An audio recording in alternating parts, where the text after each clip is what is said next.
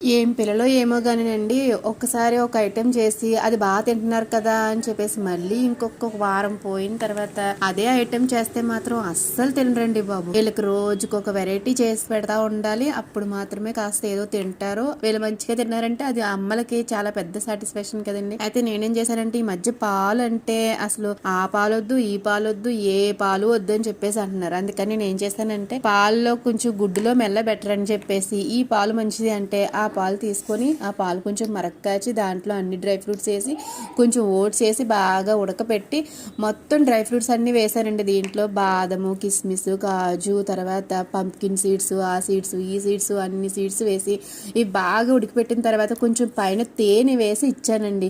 కొంచెం మా పిల్లలు స్నాక్స్ లాగా తినేశారు, బాగుంది అని చెప్పేసి అన్నారు.